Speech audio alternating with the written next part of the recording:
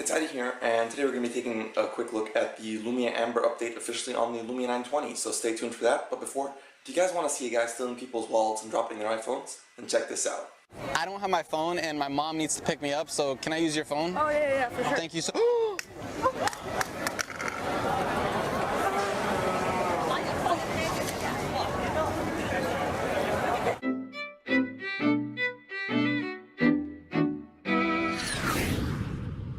That's FuzzyTube. He has some of the best prank videos on YouTube, so you can check them out. So hit the link in the description to like him on Facebook, and subscribe to him to get all sorts of other FuzzyTube madness. Now let's roll the intro.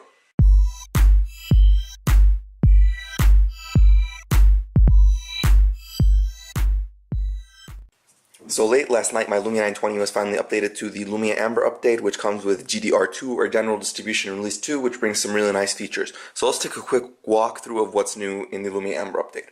So first of all, if you go to the settings and under Extras plus Info, your phone will now display your Lumia version, which is, as you can obviously see, Lumia Amber.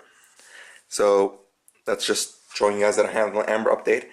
And I'll get back to the settings in a minute, but first of all, the biggest change is the fact that you now have the always-on glance screen that demoed on the Lumia 925 before, and this works on the Lumia 920 screen as well as the double tap to wake, which is a really cool feature. I've loved it ever since it was in MeeGo and in Symbian 3, so it's a really cool feature, very nice. You just fall into using it.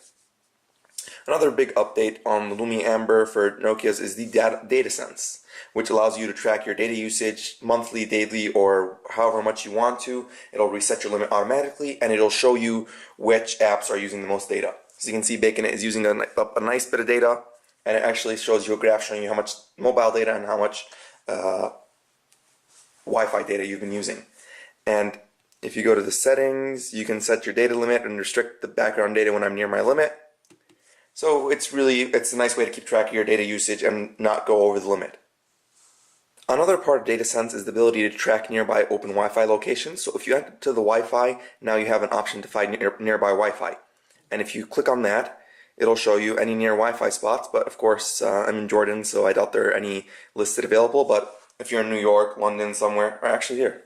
Interesting, it does show me my available Wi-Fi spots. So if you hit on that, you'll be able to drive to the Wi-Fi, and it tells you its price, free, network name, KMCH library. So that's really cool, really useful feature.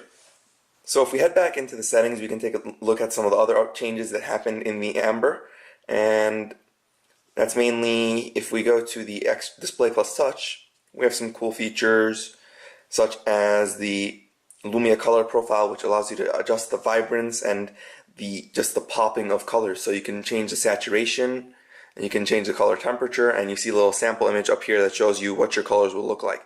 So if we boost that saturation all the way up, some people like the saturated color look, some people like natural colors, so it's a matter of preference on how you think your colors should look. If you swipe to the right, you have the double tap to wake option, which I already showed you guys, and then we have the glance, which can either be always on or peak or time, so you can time it to be like 15 minutes after locking the screen, or you can have it where you wave in front of the screen and it'll turn on. And I've covered that in another video, you can check it out over here. And you have the nighttime mode, which changes the always on clock to a low red light that's unobtrusive so it doesn't bother you while you're sleeping. Another really important update in terms of Nokia camera devices is the update to the camera setting, which allows you to set your own favorite app as a default camera. So if you go to the photos and cameras, you can see pressing the camera button opens, and I have it set to Nokia ProCam because it is the greatest app in the world, and I'll get to that in a second. You can either use the camera built-in app, Nokia ProCam, Nokia SmartCam, and I'm sure in the future there will be a number of other apps that support this. So speaking of Nokia ProCam, let's check it out. Now that we have it set as the default, if I just hit the camera button, I'm immediately entered into the Nokia ProCam interface, which is a lot more user-friendly than the usual Windows Phone. It allows you to change the settings quickly by either toggling them up here. Let's just get that into focus. Sorry about that, guys. So you can either toggle the settings up here for the flash, for the white balance, auto, ISO. You can even change the manual focus and the shutter speed. And what I really like is if you just click on this button and you drag it out, you can get a full manual layout, which allows you to control every single option there is to control. So it's really cool. It's almost like you have your own manual camera there, fully automatic camera. And the biggest update for me and the most important thing is something that people, I guess I've been complaining about it, is the fact that it finally has touch to focus without capturing. So it's similar to an iPhone or the BlackBerry 10 camera UI, where I can tap the screen, it'll focus on it, lock the focus, and then I can capture the image at my leisure. So that's really cool. And then here you have the reframe option, which allows you to zoom in after capturing and save a new image. And this is, of course, most important in the Lumia 1020 with its reinvented zoom.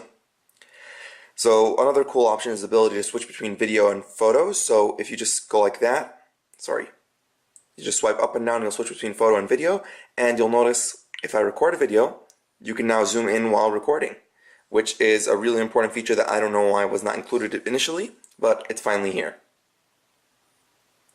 So that's a quick preview of Nokia Program. I'll be sure to do an in-depth review and in-depth look at it, but this is mostly about the Lumia Amber update, so I don't want to get too much into that. Some other changes included in the update, which are actually part of Microsoft's work, or the GDR2 release, is the inclusion of an FM radio now. So if you head into your music and library and just hit there, you can see the radio. Of course, it's going to need a headset connected, so let's just connect this. Hopefully this one has a FM radio transmitter. And if you hit the radio, there you have it, 87.5, it's working, and you can scroll through it. You can add a channel to your favorites, and you can just pause, which will just turn off the radio for a second. So it's a cool feature for radio lovers. I know a lot of people miss that out. It's nice to follow some games on it sometimes. Of course, there's internet radio options, but, you can't beat the traditionalists. So that's pretty much it in terms of the Lumia Amber and GDR2 update. That was just a quick preview. Hopefully you guys should be getting it. If not, you can use the link in the description to check when your device will be getting it. It's the Nokia support link and tells you each region when the update will be released for its own devices. So be sure to check that out. Hope you guys liked the video. Hope you found it useful. Like, comment, subscribe. Let me guys know what you think. And I want you guys to tell me what the coolest feature in this update is. For me, it's definitely either the always on screen or ProCam, and I'm leaning towards ProCam. So let me guys know what you guys think. Thanks for watching. See you guys around.